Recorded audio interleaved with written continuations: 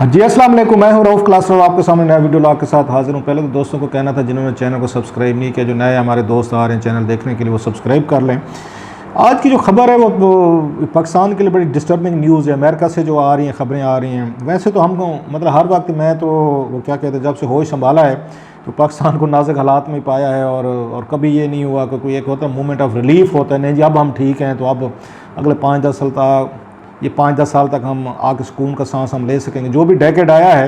वो कोई ना कोई डिस्टर्बेंस का ही कोई डेकेड रहा है। तो अब जो हम देख रहे हैं यहाँ पे खित्ते में जो बड़ी यहाँ पे चेंजेस आई हैं और पाकिस्तानी बड़े खुश थे, अभी भी खुश हैं माशाल्लाह। हुकूमत हमारी, सिविल मिलिट्री ब्यूरोक्रेसी, हमारा मीडिया, हमारे दानिश्वर, हमारे कालम निगार, पूरी कौम इस पर बड़ी खुश थी कि वहाँ अफगानिस्तान में तालिबान की हुकूमत आ गई, अमेरिकन को शिकस्त हो गई है। और स्पेशली जो मैं समझता हूँ खुशी की एक वजह यह भी थी कि क्योंकि वहाँ पे इन्फ्लुएंस जो था इसका इंडिया का वो ज़्यादा था। वो समझा जाता था अशरफ गनी साहब हूँ या कारज़ई साहब की जो हुकूमत थी तो समझा जाता था उनका ज़्यादा क्लाउड है वहाँ पे, उनकी पेनिट्रेशन ज़्यादा है। या पाकिस्तान ये समझता था कि ये जो हमारा बॉर्डर है, ये वेस्टर्न बॉर्डर है, इस वजह से इनसिक्योर है। बलूचिस्तान और केपी में जो है वहाँ पे वारदातें होती हैं या दहशत गर्दी होती है, तो इंडियन कैंप्स हैं जो वहाँ पर आके अफगान सॉइल पर उन्होंने कैंप किए हुए, ट्रेनिंग देते हैं। और सारे का सारा ये हमारी अगेन हमारे यहाँ जो दहशत गर्दी टीटीपी वगैरह करते थे तो सारी वहीं से होती हैं। सो पाकिस्तानियों का एक उनकी खुशी की मेरा ख्याल है वजह ये भी थी कि वो ये समझते हैं अब हमारा ये जो बॉर्डर है, फ्रेंडली हुकूमत आ गई तालिबान की, तो लिहाजा अब हमें वहाँ से कोई थ्रेट नहीं है कि अफगान सॉइल जो है हमारे खिलाफ इस्तेमाल नहीं हो सकेगी। तो ये ज़्यादा वजह है उसके पाकिस्तानी को मेरा ख्याल खुश होने की। या वो साथ में समझते थे कि भारत ने बड़ी वहाँ पे इन्वेस्टमेंट की थी उसमें अफगानिस्तान में, तो पाकिस्तान की उसके मुकाबले इन्वेस्टमेंट वहाँ पे नहीं थी, तो लिहाजा उनको भारत को शिकस्त हुई है। एक तरह का जंग समझी गई कि भारत को वहाँ शिकस्त हुई है और पाकिस्तान के जो हैं वहाँ पे इनकी जो स्ट्रेटजी थी या इनकी पॉलिसीज़ थी उनको विक्ट्री मिली। ये ओवरऑल एक इमेज है, क्योंकि ज़रूरी नहीं है कि पाकिस्तान की जो इतनी बड़ी आबादी है वो सारी तालिबान के वर्जन ऑफ उनका इस्लाम जो है या वर्जन ऑफ गवर्नेंस है उससे इत्तफाक करते। सो ये ब्रॉडर मेरा ख्याल है जो कन्फ्लिक्ट थी, जैसे मैंने कहा इंडिया पाकिस्तान की, तो इसके तनाजुर में इसको बड़ा यहाँ सेलिब्रेट किया गया। आपने सारा कुछ देखा भी सही, और इसी सेलिब्रेशन में बहुत सारे मेरा ख्याल हमारे वज़ीरों ने, हमारे प्राइम मिनिस्टर ने, हमारे मीडिया ने एक जो ओनरशिप दी है उन्होंने तालिबान को। हमें ये लगा है मतलब यहाँ पे दुनिया ने फील हुआ है जब दुनिया सारी उस पर आके तालिबान के टेक ओवर को वो कर रही थी, उस पर क्रिटिकल हो रही थी, अपनी सोल सर्चिंग कर रही थी, वो कहते हैं बहाने ढूंढ रही थी, कोई उसको कुर्बानी का बकरा ढूंढ रही थी, अपनी सारी फेलियर जो हैं किसके वो कंधों पर शिफ्ट की जाएँ वो तलाश करने की कोशिश की जा रही। क्योंकि अब ये देखें यहाँ पे इंटरनेशनल फोर्सेस भी थी, यहाँ पे नेटो भी था, अमेरिकन भी थे, ब्रिटेन भी थे, कोई दुनिया के 50 के करीब मुल्कों की ये फ़ौज जो है उसके अगर उनके फ़ौजी जो शामिल थे। सो इसका जो इम्पैक्ट था अफगानिस्तान का 50 मुल्कों तक गया है। वहाँ के हर मुल्क को यूँ लगा है कि ये शिकस्त जो है हमें हुई है, तो किसने कराई है फिर। मतलब दूसरा सवाल तो ये होता है, इंसानी मिजाज है, शायद मुल्कों का भी मिजाज होता है कि इंसान अपनी नाकामियों की ओनरशिप नहीं लेता होता, वो फिर वो आके स्केप गोट वो देखना शुरू कर देता है कि किसके कंधे पर ये ब्लेम में शिफ्ट किया जा सकता है। That's human nature as well. अब ये पता चलता है कि ये शायद जहाँ पे ह्यूमन नेचर है वहाँ पे मुल्कों की भी यही नफ्सियात होती है, और यही कुछ हमें देखने में आ रहा है कि जो इस वक्त वहाँ अमेरिका में पिछले आप देखो 1 महीने से इस पर मुसलसल इस पर गुफ्तगू हो रही है, मुसलसल क्वेश्चनिंग हो रही है। वहाँ पे जो बाइडन साहब जो हैं वो अंडर अटैक हैं, वहाँ पे उनकी पार्टी अंडर अटैक है, वहाँ के जर्नल्स जो हैं वो अंडर उस पर स्क्रूटनी है, वहाँ का मीडिया, वहाँ के तमाम मतलब पॉलिटिशियन, रिपब्लिकन स्पेशली, उनको ट्रंप साहब को आपने सुना होगा, उन्होंने भी खासी उन पर तनकीद की जो बाइडन वगैरह पे जिस तरह का विड्रॉल किया गया। सो ओवरऑल एक पूरी दुनिया जो है एक तरह के शॉक में है। बल्कि मैं सुन रहा था जो सेनेट के सामने उनकी हेयरिंग हो रही है, उनके 3 टॉप उनके मिलिट्री जनरल जो हैं वहाँ पर जो पेश हुए हैं उनके सामने, कमेटी के सामने पेश हुए हैं, और वहाँ पे ओपन एक लाइव जो ये उसका टेलीकास्ट उनकी की जा रही। 3 वहाँ पे जर्नल्स हैं, आपको पता है chairman joint chief of staff हैं जनरल ये मार्क मिले हैं, फिर उसके बाद एक उनके डिफेंस सेक्रेटरी हैं जनरल आस्टन हैं, फिर हमने मैकेंजी हैं जर्नल जो हैं उनके ये सेंटकॉम के। अब उन तीनों की हमने ब्रीफिंग भी देखी है, क्वेश्चनिंग भी देखी, और जिस तरह का ग्रिल उनको किया गया है वो बड़ा मेरा ख्याल है पाकिस्तान के लोगों के लिए, हमारे लिए तो हमेशा ये चीज़ें बड़ी, जो थर्ड वर्ल्ड के कंट्रीज़ हैं जहाँ पे अगर हर चीज़ को सीक्रेट रखा जाता है, कि यहाँ तो ये भी बताने को तैयार नहीं तोशा खाने में कि हमें गिफ्ट क्या मिले, वो यहाँ पे बैठ के पब्लिक के सामने इस तरह की हमारा सेनेट या हमारी कौमी असम्बली की ये डिफेंस कमेटी इतनी जुर्रत कर सकती हैं कि वो पहले वो जनरल्स को बुला लें, पाकिस्तान के जनरल्स को बुलाएं, फिर बैठ के उनको आगे ग्रिल करें और फिर उसको टेलीवाइज भी किया करें। ये हमारी औकात भी नहीं है और शायद हमारे यहाँ इतनी जुर्रत भी नहीं है। लिहाजा वहाँ पे जो सारी चीज़ें ट्रांसपेरेंट की जाती हैं ताकि आवाम को पता चले कि उनका सदर क्या कर रहा था, उनके जनरल्स क्या कर रहे थे और उन पॉलिसीज़ के क्या इम्पैक्ट आए हैं। क्योंकि एक जैसे मैंने कहा अकाउंटेबिलिटी का एक वहाँ कंसेप्ट तो है, जैसा भी है, हमारे यहाँ तो बिल्कुल नहीं है। सो वो बड़ा एक उसका ये हमारे जैसे लोगों के लिए बड़ा मेरा ख्याल है एक उसका इंटरेस्टिंग लेसन भी था, लर्निंग भी थी, और बड़ा गौर से आप लोगों ने भी देखा होगा। मैंने भी कल वाली भी उनकी ब्रीफिंग देखी, आज फिर हो रही थी, फिर बैठ के यूट्यूब पर जब वो अपलोड हो जाएगी उसको फिर बैठ कर मैं देखूँगा। तो उससे उन्होंने जो लेसन ड्रा किए हैं वो बड़े इंटरेस्टिंग है। लेकिन साथ में जो है उस पर तो बात करते हैं कि उनके अगेन जो अमेरिकन जनरल्स हैं और उनके प्रेसिडेंट हैं, उनके दरमियान जो कन्फ्लिक्ट आई है या एक उनका डिफरेंस ऑफ ओपिनियन है अफगानिस्तान पे बड़ा शार्प है, उस पर तो बात करते हैं। लेकिन साथ में जो मेरा ख्याल खतरे की घंटी बजी है पाकिस्तान के लिए वो ये है कि वहाँ पे अमेरिकन उन्होंने वहाँ पे एक उसमें सेनेट जो है उसमें बिल पेश किया है उन्होंने, और उसमें जो टारगेट किया जा रहा है, कहा जा रहा है वो पाकिस्तान ओरिएंटेड ज़्यादा है कि उसमें वो अगेन वो ये कह रहे हैं कि 180 दिनों में ये रिपोर्ट पेश की जाए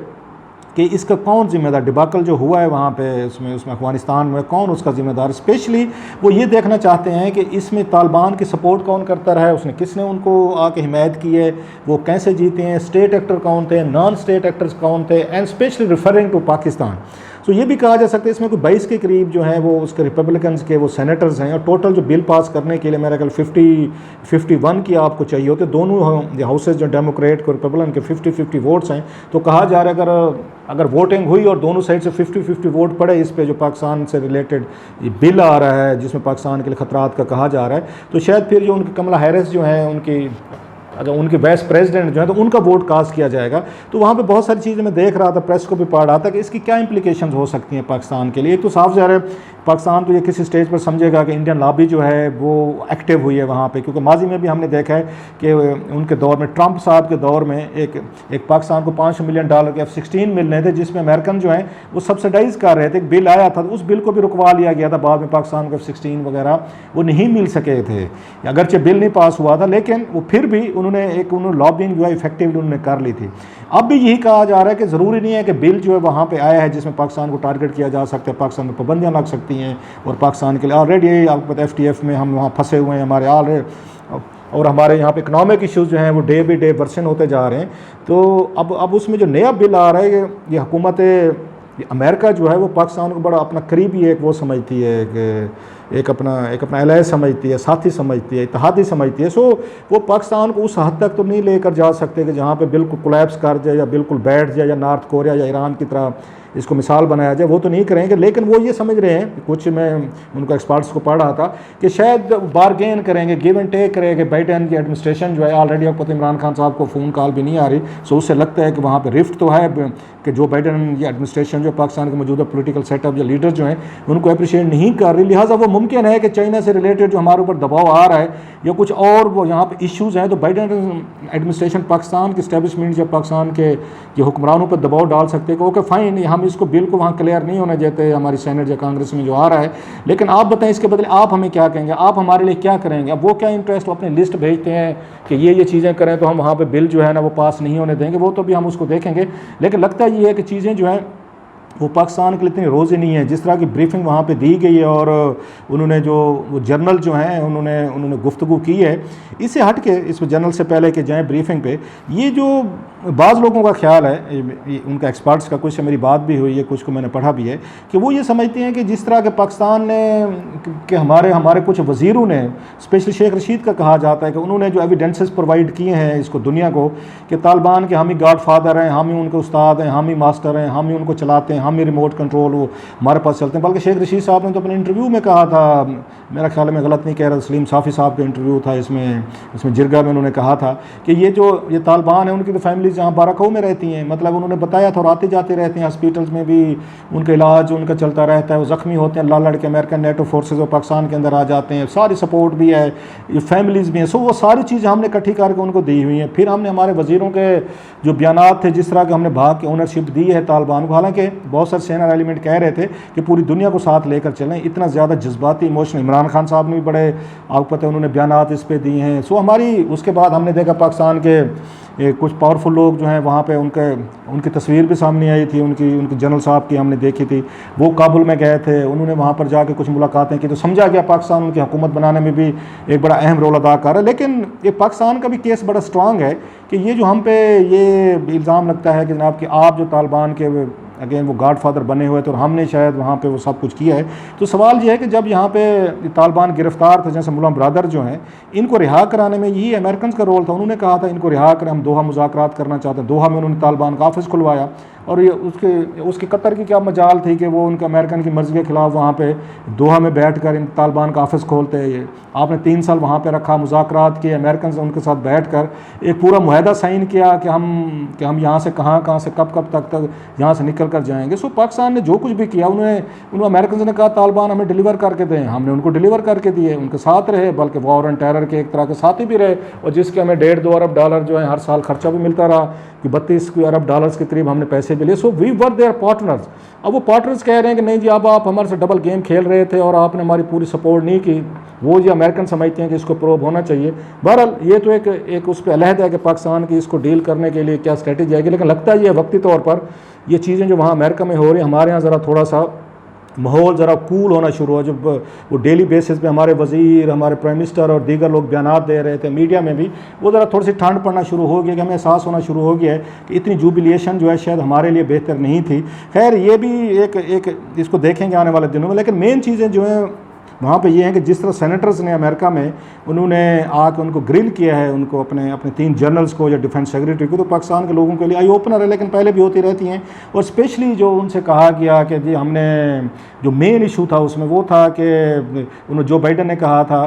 उन्होंने प्रेसिडेंट के मुझे क्विक नहीं, इन्होंने कोई एडवाइस नहीं दी गई थी कि मैं अपने 2500 या कुछ ये फ़ौजी जो है ना कुछ हज़ार उनको काबुल में रखा जाए और तालिबान को हुकूमत हैंड ओवर वहाँ पर ना की जाए। उन्होंने बयान दिया, स्टेटमेंट दिया था कि ऐसी कोई बात नहीं हुई थी, कोई जर्नलों ने मुझे वहाँ पे कोई एडवाइस नहीं की थी। लेकिन अब जो इसकी सेनेट की हेयरिंग सामने आई है, इसमें उन्होंने इंकशाफ किया। जनरल मैकेंजी ने भी कहा, जनरल मार्क मिले ने भी कहा कि हमने उनको कहा था, दोनों ने कहा था कि हमने उनको रिकमेंडेशन दी थी प्रेसिडेंट बाइडन को कि आप वहाँ 2500 से लेकर आप वहाँ 3500 तक काबुल में अपने फ़ौजी वहाँ पर स्टेशन रखें ताकि तालिबान जो हैं वो उसको बैठ कर कैप्चर ना कर सकें। सो वो उन्होंने एक तरह का जो बाइडन जो है प्रेसिडेंट जो है उनके स्टेटमेंट को उन्होंने झुठलाया है, डिनाई किया है। अगरचे उन्होंने मतलब सॉफ्ट लफ्ज़ों में जनरल इतने कह सकता था प्रेसिडेंट के बारे में, लेकिन खूबसूरत जवाब उन्होंने दिया है जनरल मार्क मिले ने। जब उनसे पूछा गया कि आपने फिर रिज़ाइन क्यों नहीं कर दिया जब आपकी रिकमेंडेशन नहीं मानी थी जो बाइडन ने, बड़ी खूबसूरत बात की उन्होंने। एक दो डॉक्टर ज़फर अल्ताफ़ साहब ने मुझे ये बात की थी, वो फिर किसी वक्त कहूँगा। मैंने भी उन्हें कहा था आप इस्तीफ़ा क्यों नहीं देते होते जब आपकी बातें नहीं मानी जाती। तो उसी तरह का मार्क मिले ने खूबसूरत जवाब दिया। उन्होंने कहा कि हम यहाँ एडवाइस करते हैं प्रेसिडेंट को, हम यहाँ पे डिसाइड नहीं करते। ये हम उनको आके अगर काउंसिल वहाँ मीटिंग हो रही है, हमने अपना पॉइंट ऑफ व्यू दिया, अब ये it's up to the president को हमारी एडवाइस मानते हैं या नहीं मानते। तो वहाँ पर रेजिग्नेशन का क्या सवाल होता है। सो ये उनका प्रीरोगेटिव है प्रेसिडेंट का, या एक पोलिटिकल एक जो हमारे मास्टर्स बैठे होते हैं कि वो क्या डिसाइड करते हैं। सो पाकिस्तान के लोगों के लिए बड़ा एक मेरा ख्याल है कि उसको भी मैं देख रहा था, बहुत सारे लोगों ने यहाँ पे वो जो क्लिप जो था उसके जनरल मार्क मिले का, उसको उन्होंने ट्वीट किया बहुत सारे लोगों ने, ये बताने के लिए कि वहाँ के जनरल जो हैं वो सिविलियन अथॉरिटी के नीचे कैसे काम करते हैं, वो वहाँ पे रिवोल्ट नहीं करते या इस्तीफ़े देने वाली बात। या हमारे यहाँ तो पता है क्या कुछ यहाँ पे सिविल मिलिट्री जो है यहाँ पे प्रॉब्लम होना शुरू हो जाते हैं। So it was worth watching. ये ब्रीफिंग थी, बहुत सारे लोगों ने उसको दिलचस्पी से देखा, क्योंकि वहाँ के वाक़यात अमेरिका के जो भी वाक़यात हैं वो पाकिस्तान पे उनका इम्पैक्ट आता ही आता है। लिहाजा आप लोग भी इंटरेस्टेड हैं, हम भी इंटरेस्टेड, आने वाले दिनों में इसको फॉलो करते रहेंगे।